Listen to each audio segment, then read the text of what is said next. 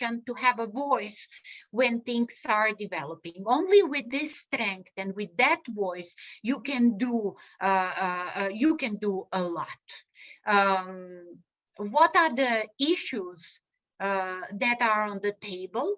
As I told you, this is the unemployment or employment opportunities. If I'm not wrong, this is the case also for Albania, but also health issues, social security, undeclared work. That is one of the most problematic things. So if you are working, as we call it in Serbian, will be in gray zone. I'm sure that this is something that you are using, this literally translated, that you are using in your language also, then you are much more dependent than if you are officially employed. That is one of the perils of being employed in our region. So my suggestion would be to be bold when protecting your interest, but you cannot do it by yourself, only in the association of your peers. That means your colleagues from the university, from the working space, or in your town. Thank you, Ms. Tanja.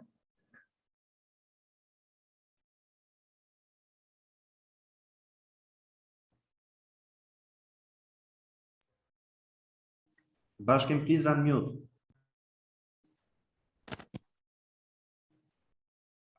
Anna has a question, I think, for both professors.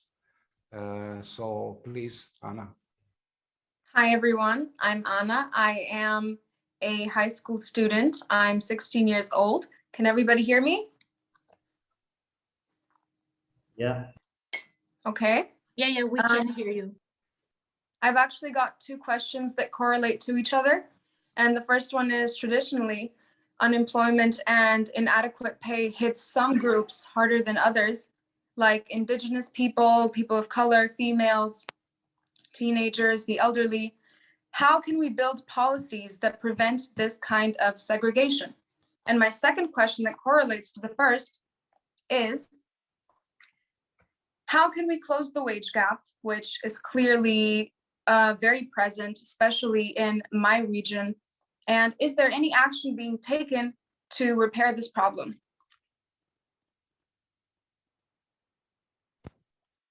First. Bashkim, should we collect questions or should we collect questions? Maybe some other have questions, or do you want me to respond to this question? One by one, let's go. One by one, okay. Well, thank you very much. Both are very important question. One, of course, it's about. I'll start with that one, with participation, and I think that the crucial thing is to avoid infantilization. So infantilization is to speak about the youth exactly in the terms of something that's it's immature, not mature enough, not experienced enough, not capable of actually creating policies, but also politics. Of course, not politics only understood as we say in the region, politica, which usually means people in, gray suits, parties and stuff like that, but politics in general. And also there is a danger of self-infantilization. At one point when everybody treats you that you can't do anything, then you start treating yourself that you actually cannot change anything, that you don't want to get involved, that some want to remain pure by living in some bubbles. We have a problem, of course, that the group of 18 to 25 is been out of all political processes, and that's quite a problematic thing. But what we saw with the student movements, but also the commons movement, the right to the city movement, that when the mobilization happened, and when people actually join hands and then learn what does it mean, what is a collective action and how to respect each other, and of course learn the rules of internal democracies, that we have extraordinary results. Number one, the level of discussion that someone who is 21 could have is equally or even better than what those who are older could have, because we've been surrounded by platitudes of the political rhetorics and also by very empty and shallow ideas coming from academics as well. So be critical of them, and be critical of this idea that there is someone who can actually teach you.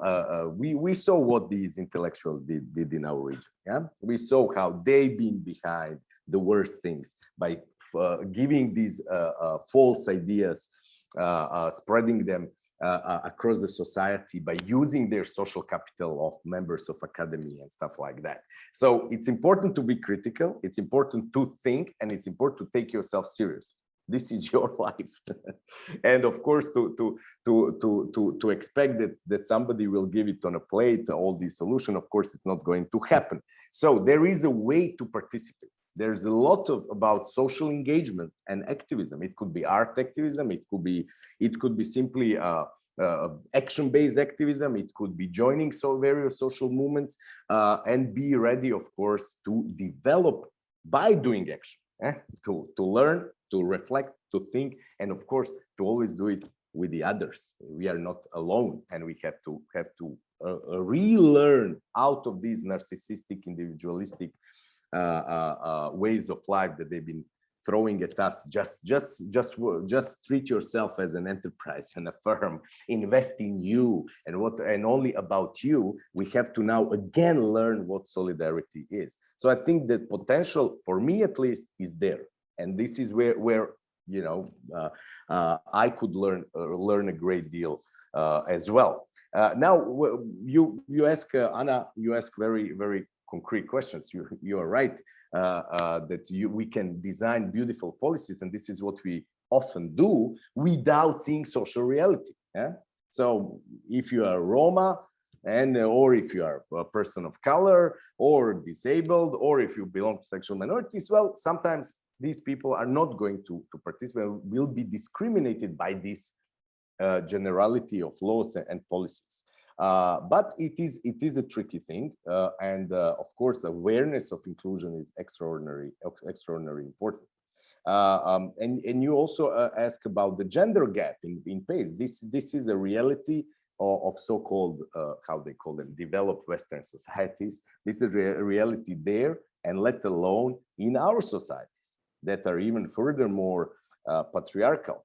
Or we're gonna see very strange things happening, such as if you see where the number of female scientists, actually in Eastern Europe, it's much greater number of female scientists than in the Western Europe.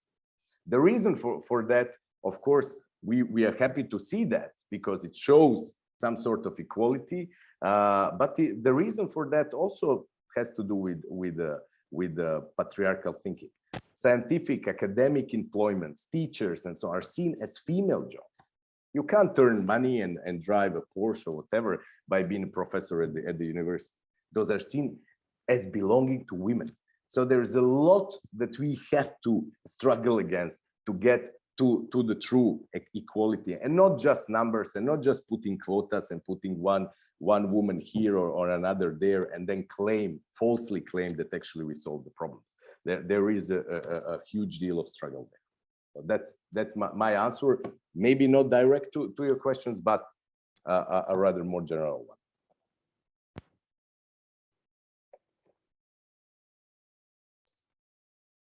Yeah, may I jump in? First, thank you, Anna. Really appreciate the fact that you are only 16, but still highly interested. That's the way that things are doing. So, as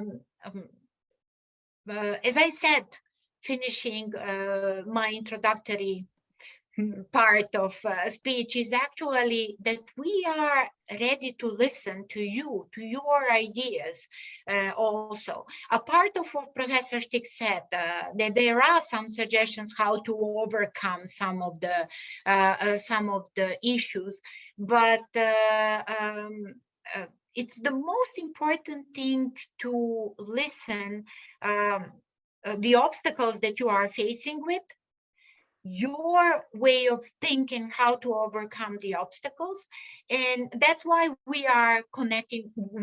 our youth lab project, RCC, we are connecting youth councils all around the region in order to listen, are the problems the same in your society?